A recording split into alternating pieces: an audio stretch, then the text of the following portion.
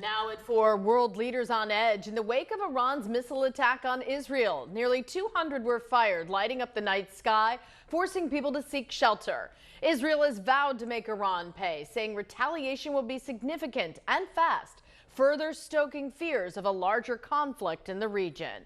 Wednesday afternoon, I'm Sarah Bloomquist. And I'm Christy Aletto. Brian is off. The big story on Action News is the aftermath of yesterday's ballistic missile attack. Now, Israel's air defense system and U.S. forces in the region were able to intercept most of those missiles, but today the world awaits Israel's next move. ABC's Alexis Christoforous is in Washington now with an update.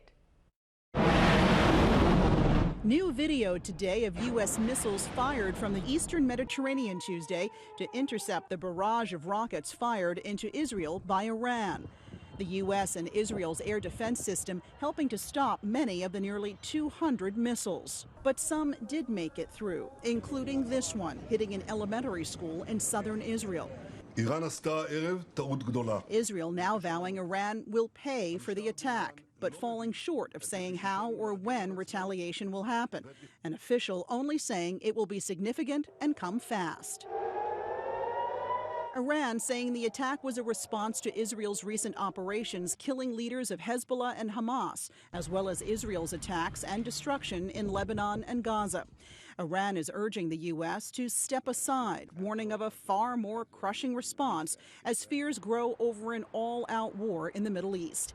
President Biden telling reporters today that he will not support a strike on Iranian nuclear sites, but that the U.S. stands in support of its ally. We'll be discussing with the Israelis what they're going to do. They have a right to respond, but they should respond in proportion.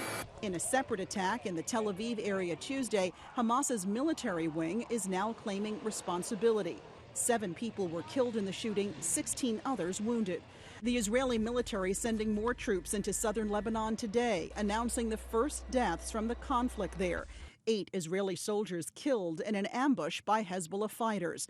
The Lebanese state media reporting 11 people have been killed in Israeli attacks in Lebanon today.